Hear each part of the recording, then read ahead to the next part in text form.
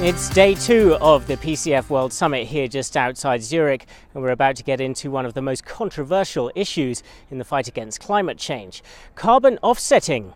Supporters of it say that it's a useful tool in reducing emissions, but opponents say it can even be a dangerous distraction. Well, we're going to try and get to the bottom of the issue in a debate pitting two speakers from either side of the argument, and at the end we're going to have a vote. So keep watching to find out what delegates here decided. Up for debate was the motion carbon offsetting undermines the market for climate-friendly products. Speaking in favour, Marcel Hengy, a journalist and writer, and Eva Filzmoser of CDM Watch. Speaking against the motion, René Estermann of My Climate and Matthias Leisinger of Kuoni. Kicking off the debate was Marcel Hengy. Well, the principle of offsetting is very well known from, for instance, forest legislation. In many countries, you may clear-cut a forest if you reforestate the same area somewhere else. That's the principle of offsetting, very easy. Yeah? Offsetting carbon emissions is more or less the same. You may fly to holidays, for instance, if you contribute to reducing the same amount of emissions somewhere else. And the whole package is climate neutral.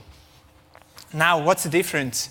There's some important differences. If we talk about the forest, you cut a real forest and you plant real trees again, so you can touch them. But when it's about carbon emissions, you emit real CO2 and you reduce it somewhere else. What does it mean? Reduced emissions you cannot touch, you cannot measure, they don't exist. It's their very purpose not to exist. So, in order to know how much CO2 you have reduced, you need calculations. And these calculations are highly hypothetical, because you compare the real world emissions with a hypothetical baseline scenario, and then the difference is what you can sell as carbon reductions. Now, there are very, very sophisticated methodologies of the UN's CDM board, how exactly it must be done, but I claim that these methodologies are wrong, and actually it is not possible to measure or to calculate emissions reduction.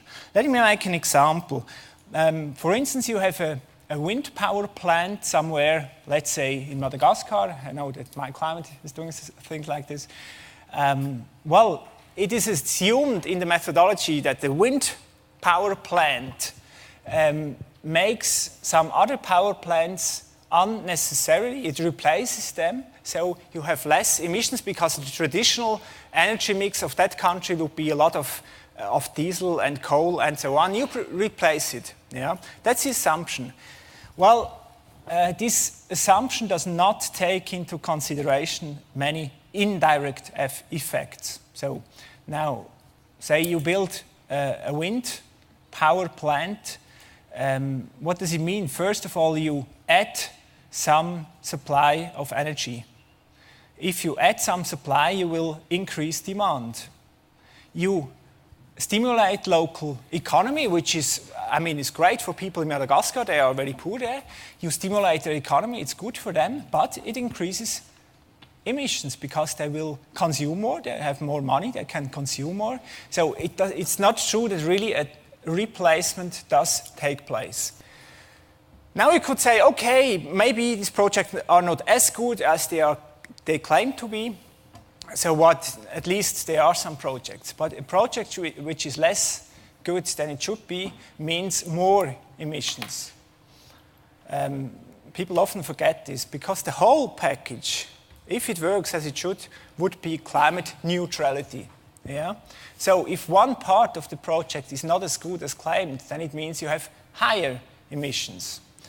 And that's also a problem, and it will lead me then to the last point, also a problem of language, how we talk about things. It's a problem that I'm interested in particularly because I'm a journalist. We use, for instance, I fly to holidays. I fly to New York. Yeah, I buy a ticket. And I buy an offset. So we used to call the flight climate neutral. But the project which provides the emission reductions, we used to call climate protection, or we used to call CO2 reduction. So on the one side we have a reduction, on the other side we have neutrality. That's great because in the sum it's still reduction, yeah? If you sum the reduction and neutrality. That's how we talk about things, but that's nonsense because the whole thing in theory would be neutral. So if I call my flight climate neutral, then I should call the climate protection project climate neutral too. With offsets, we provide a message to people which is profoundly wrong. The message is, go on as before, don't change your lifestyle, fly around, drive around as much as you want, if only you offset your emissions. And this message cannot be true. When I say we, I mean people here in the rich countries, we do have to change our lifestyle. And very easy answer why. If everybody would like to offset, there would nobody be left who reduces his emissions. That's why offsetting doesn't work. So, René Estermann of MyClimate. Our motto at MyClimate is, you have to do your best and offset the rest. We have, of course, within our responsibility area, within our action area, to improve our footprints in our personal, in our individual life, in our companies where we run the businesses. We have to improve the main procedures, the main carbon emitters. Would it be the mobility? Would it be the heating? Would it be the power production? This we have to do. But we cannot do it instantly. We do not have the power to realize on a sudden way these emission reductions, the direct emission reductions. Who and how could we be promoted and motivated to do it in the long term? And I am sure that the best motivation, of course, for the businesses is a strong regulation. We need strong regulations, but as well we need market mechanisms, flexible market mechanisms. What we need is a price for the carbon. And carbon offsetting is nothing else than a price on carbon. Would it be an emission trading scheme? Would it be a carbon tax or a carbon levy? Would it be a compensation, an obligation? When there isn't any price on the CO2, everybody of us who is responsible and aware about climate change and who commits to the target of the 2 degree, who commits to the low carbon economy and society, can do it in a voluntary way if there is no obligation. And the voluntary way is a voluntary carbon offsetting, or if there is an obligation, like there is in Switzerland, for example, there is an obligation for fossil-based power production. And my opinion is not that there has to be less carbon offsetting. No, there has to be much more carbon offsetting, of course, because the price on carbon is guiding, is motivating towards this low-carbon society. With a transfer of clean technology, of know-how, of technology transfer, know-how transfer, with this mechanism of offsetting, we can make affordable for these developing countries or emerging market countries cleaner technologies that provide them sooner low-carbon development and sooner will guide them towards these low-carbon societies and economies. Dirty cooking is a major topic in the world. 40%, 3 billion of people still are cooking on open fires. Open fire cooking means just an efficacy, an efficiency of 4-5%. 95% of the collected wood or of the charcoal is just heating the temperatures around. And collecting such a lot of wood means deforestation in areas like Madagascar, India, China, Peru, and so on. So we can provide, make affordable cleaner technologies for cleaner cooking, either efficient cook stove, either solar stove, either biogas plants, in an area where population has just an income of around $1 a day. An investment for a small-scale biogas plant, which would cost around $300 or $400, is just not affordable without the support and external support. So what it is on one side charging emissions, carbon emissions, and on the other side promoting low-carbon technologies. And I don't see why promoting low-carbon technologies should avoid climate-friendly products. No, it promotes climate-friendly services, products. So, of course, there should be more carbon offsetting to promote more low-carbon technologies here and there. And your duty is do your best. You have the duty to improve your footprint in your responsibility area and offset the rest. Price at least the emissions you are realizing.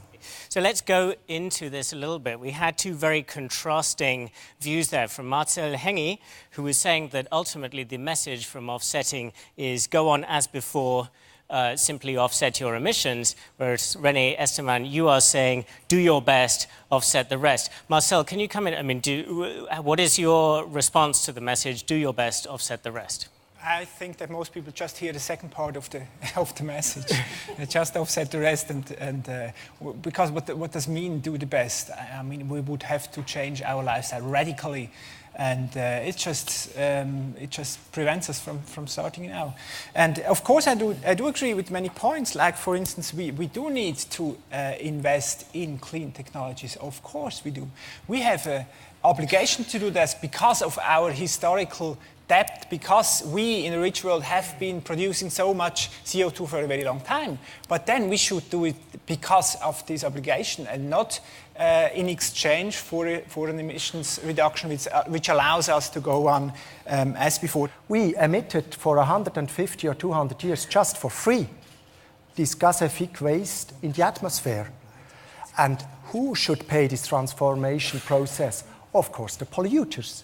I think the polluters pay principle, that at the source of the emission, there has to be the price for the transformation process. And the offsetting is just a catalyst. It's a measurement of pricing and a measurement of promotion of low-carbon technologies. Can I add a point? I mean, there are also economic reasons behind the whole do the best, offset the rest. I mean, if we as a company commit to offset all our business flights, so we pay for it.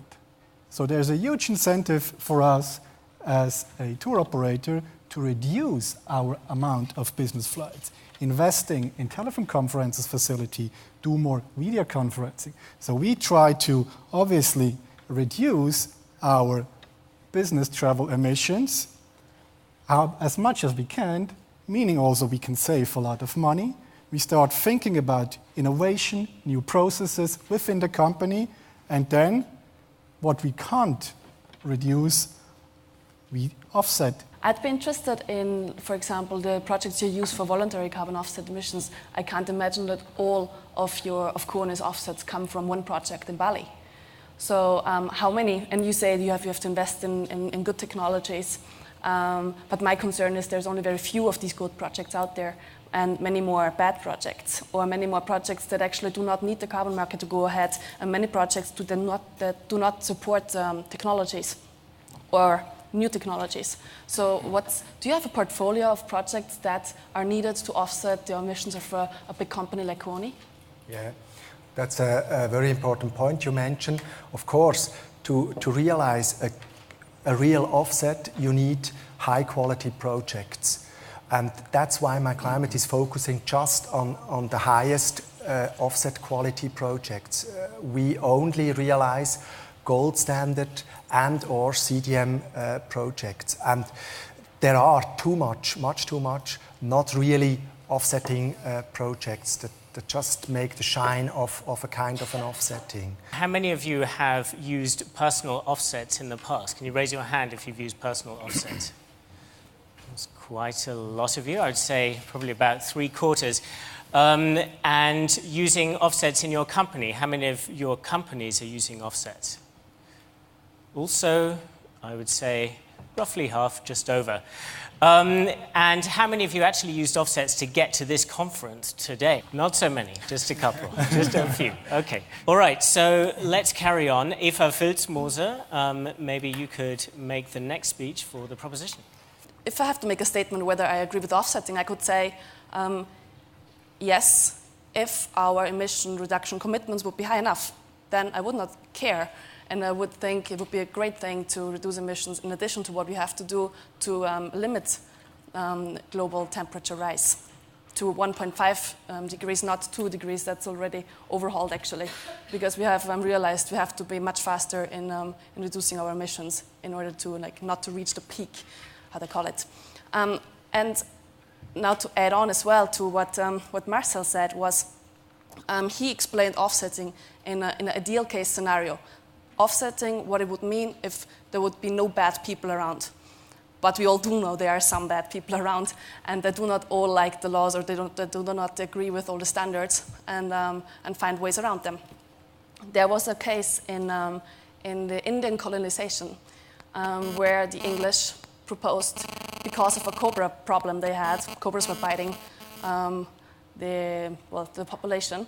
So they came up with a very, very smart system which proposed a fee for every head of a cobra that could be delivered to the heads of the regions, which was applauded by the whole community as a great system to get rid of the cobras. A month later, there were 100 times more cobras than there were a month before, because everybody started to breed cobras since they would bring money, right?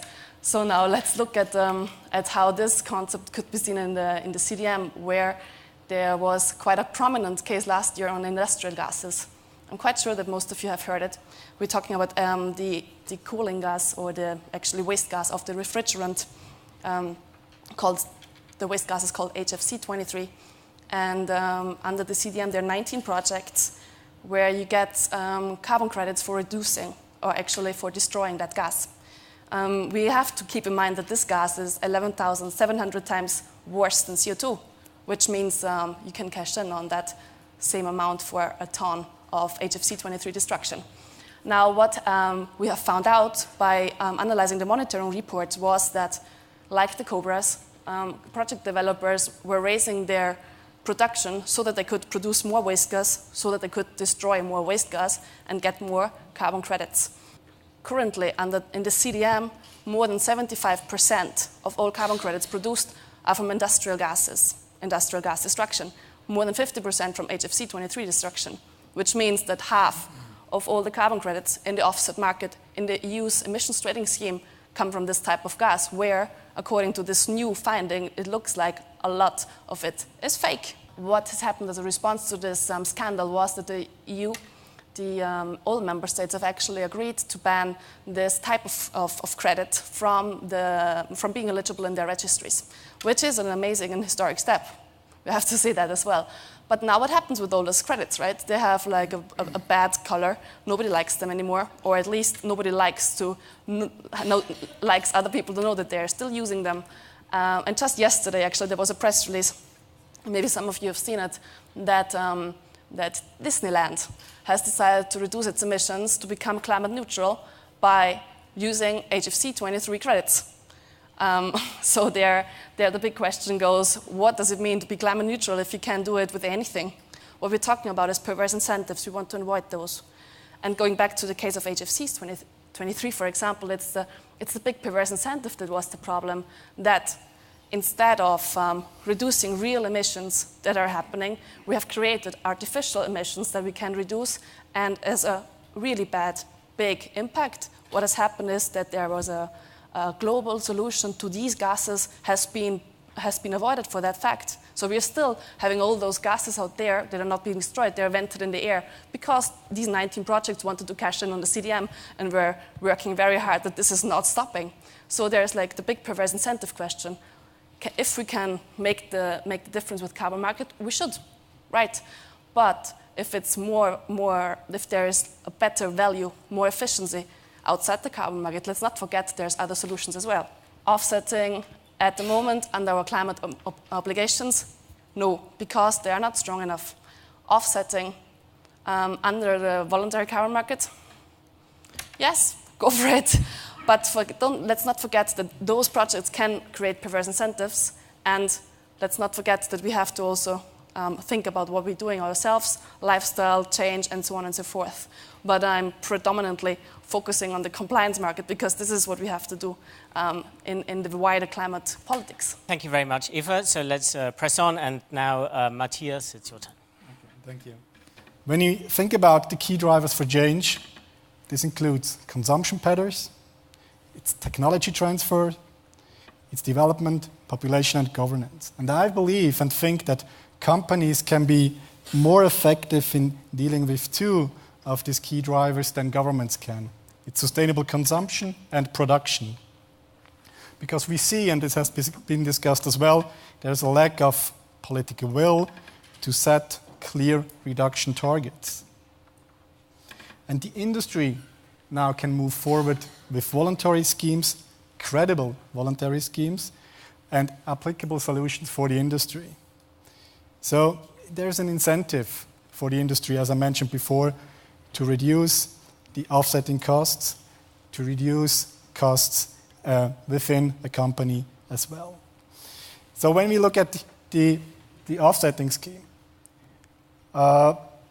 it can enhance creativity within a company, within the whole processes within a company. It can foster innovation, technical innovation in destinations, but also within a company, thinking about new products, new processes, thinking about how we can improve our own carbon footprint. And there is a transfer of new technologies to destinations that might not have the opportunity to invest in those technologies far away in developing countries. So I believe that offsets can be or are a catalyst of change in developing countries, but also here in the European or Western countries, as we discussed this. What is also important that everybody now can take a personal responsibility for a product he's buying. So everybody buying an offset has to think about why I'm doing this and how does it work. So the sensibilization part, I think this is not too underestimated. And as I said before, offsetting is not the solution. It is another option in a whole climate change program of a company. We have to try to reduce our own carbon emissions and offset, as René mentioned before, the rest. If we take the case of our industry, the tourism industry, I think staying at home is not an option. People like to travel, you like to go to different places, you like to see the environment, cultures, and meet different people in foreign countries. So traveling is a basic need. People fly there because it's a question of time. This is part of society. And people in those destinations depend on tourism. They can make a living out of it. They can earn a lot of money.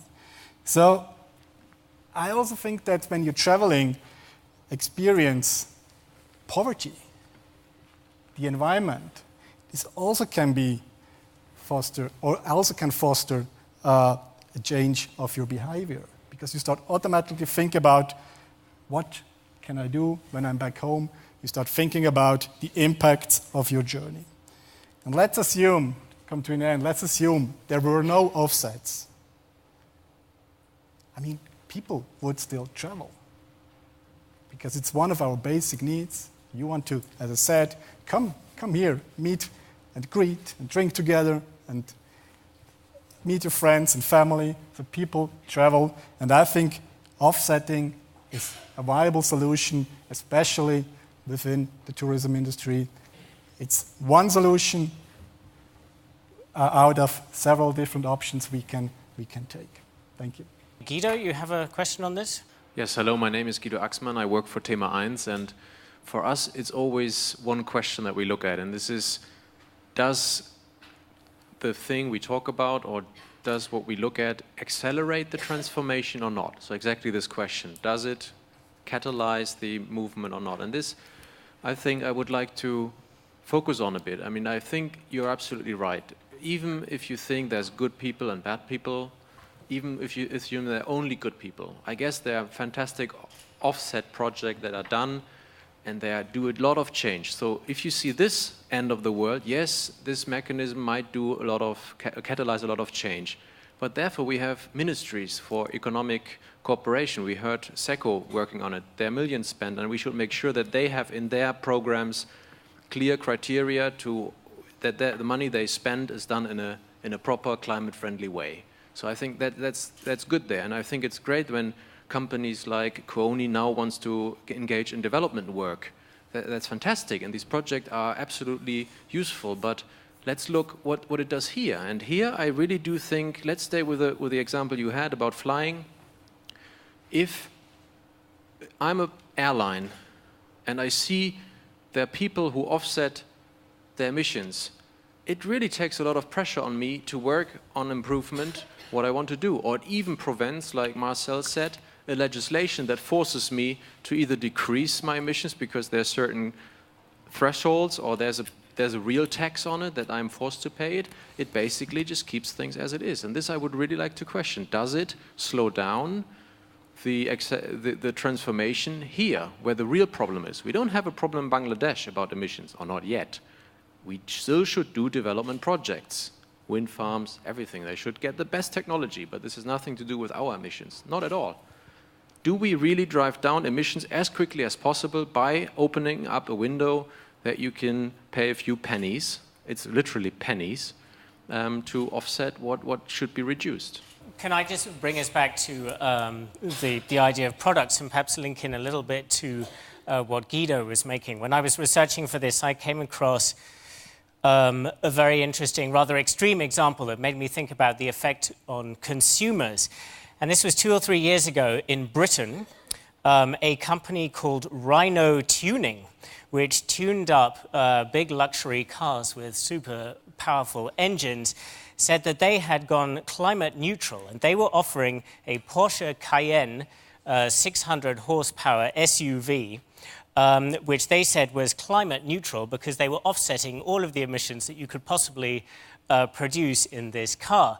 Now, I think all of us would probably agree that, you know, this could have a bad effect on consumers because they might think, well, if that's clean, then I can drive it. In fact, the head of the company said that this was a case of no guilt tuning. Now, that is a very extreme example, and of course, Renee, you probably wouldn't touch that with a barge pole, but I was interested to see that at the moment, My Climate is involved in promoting a car, a Seat Ibiza, I think it is, which is a car which has low emissions, and then you can just offset the rest, and it's lifetime offsetting. But doesn't that give the impression to the consumer that, well, that is cleaner than taking the bike, or something like that, which it is not? That's a very good example for do the best and offset the rest. Imagine a car company promoting such a small car like the Seat Ecomotive Ibiza with such huge promotion and marketing efforts they do. All their sellers in the distribution channels are not amused, really not amused about the Seat Central, that they promote this funny small car, this very efficient car, because they do not earn a lot of money selling small cars, selling efficient cars. I really believe that, I mean, the possibility that you buy a car which is called environmentally friendly or efficient or whatever, it does make people drive more. Why else would car companies invest so much money in green advertisement? Because it has an effect. People drive more when they have a good conscience. And of course, yeah, you can say as long as people drive, it's better they drive with a small car than with a big one. But it does also, it has an effect on slowing other processes, political processes to rebuild, restructure our whole transportation infrastructure. And I think it must be taken into consideration. I think everybody agrees that we need somehow a transformation in the whole mobility system we have, especially here in the Western country. But, I mean, this takes time. I mean, people buy cars, this is a fact, and they will always buy a car because they want to drive around, they want to move. People want to fly, they want to see different places. And now the solution can be make this more efficient. I mean, there are huge investment also from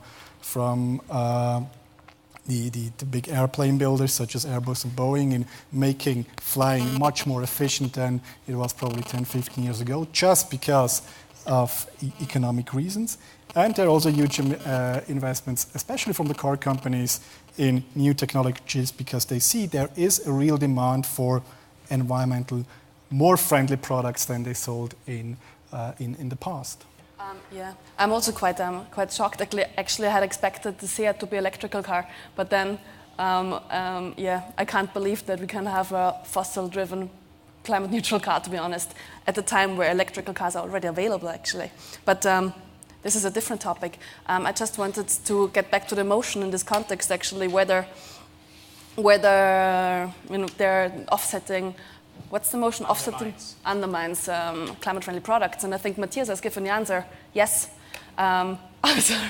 No, I'm not putting words in your mouth. Not. But I'm just thinking it's not offsetting that. It's maybe we have to see it the other way around. It's not offsetting that drives climate-friendly products. It's technology, it's competition, it's economic development, and that's what it is. I think sometimes we forget to see the forest from the trees. It's not offsetted climate-neutral Seat that drives development. It's China and India with their products, and these are green. This is where we're going, and I don't think that offsetting is the driving force. I think it's the little nice label on top. Okay, we're beginning to run out of time. Can we have any more questions from the floor? Do I see Hi, my name is Cornelia Dietem from Migros.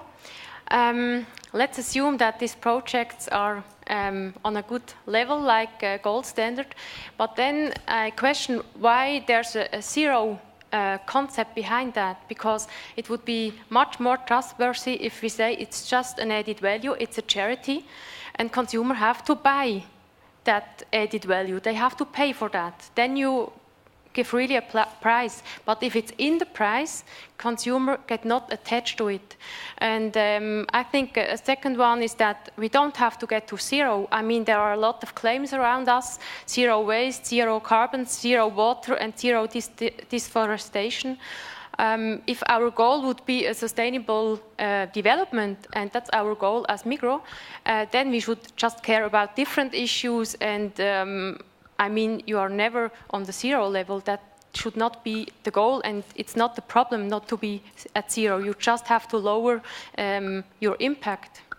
We're talking about communication and climate neutrality, the term also, and we had these nice examples, SEAT, and also traveling, perhaps. And when I see products on the market with the claim climate neutral or fully offset, zero emissions, even if there's a good, very efficient product behind, don't I take away an incentive for other competing products to actually compete in the marketplace on efficiency?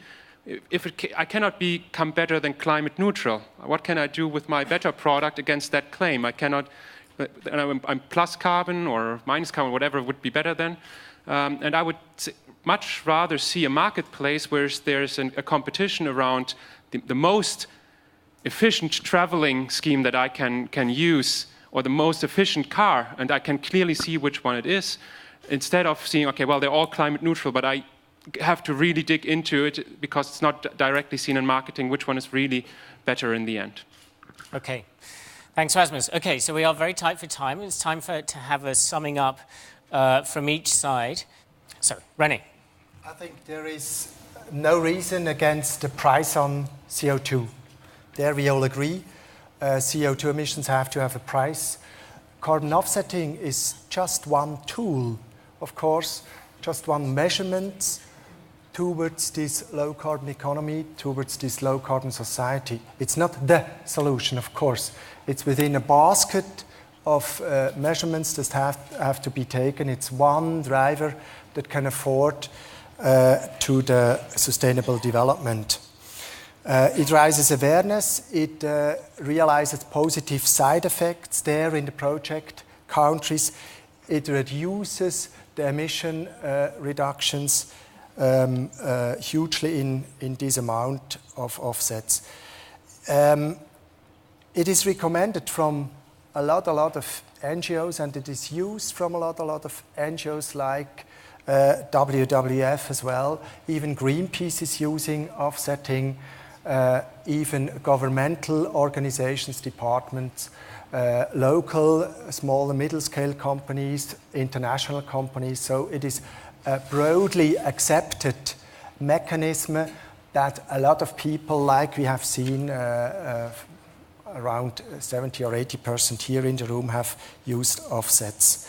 And I agree to our competitors, of course, not every offset is a good offset. You have to focus on high quality offset. You have to focus on credible institutions realizing these offsets.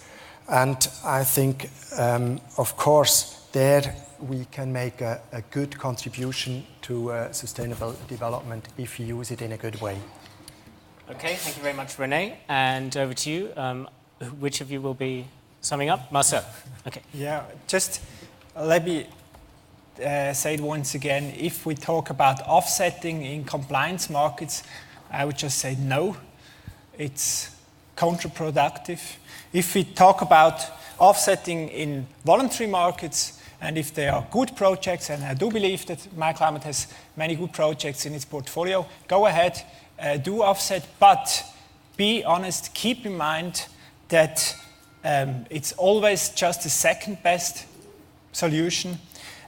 Don't use words like zero emission, climate neutral, or don't call cars efficient because they waste 98.5 instead of 99.0% of the energy. And be aware, it means when we offset, and it's not only about offsetting, it's about the whole carbon trade.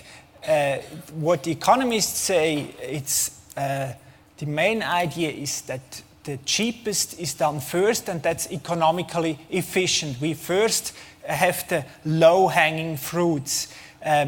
It sounds on the first side quite good, but don't forget, we have to reduce carbon emissions by something like 90 or 95% or almost completely by the year 2050. So it's not about offsetting a little bit, it's not about reducing a little bit, it's about getting rid of the whole stuff. And if we start with the low-hanging fruits, it's a little bit like if you had to rebuild your house completely and you start cleaning the windows because that's cheapest. Now it was decision time, the vote. But no ballot papers here. Instead, members of the audience voted with a shorgie, a Swiss chocolate. Red meant yes to the motion, that carbon offsetting does undermine the market for climate-friendly products, and blue meant no. Ahmad Ansari of SGS did the honours of verifying the result. Just the size, bigger. So what do you say? Can we have a microphone for him? Apparently the blue looks larger or bigger than the red one. It looks bigger? You want to verify that? Yes, of course I can see it. Okay, now we have a very clear, verified, assured vote by SGS. Thank you. So you don't think that carbon offsetting does undermine the market for climate-friendly products? Thank you very much. This was an experiment. Thank you for all of you. This was really interesting. It helped a lot. So there you have it, a vote, albeit a narrow one, in favour of carbon offsetting. It does seem that the idea of do your best, then offset the rest, won quite a lot of supporters. But I think there are still doubts about whether there can be such a thing as a carbon neutral car, at least one that runs on diesel or petrol. So I think it's clear that both sides still have a little bit of persuading to do.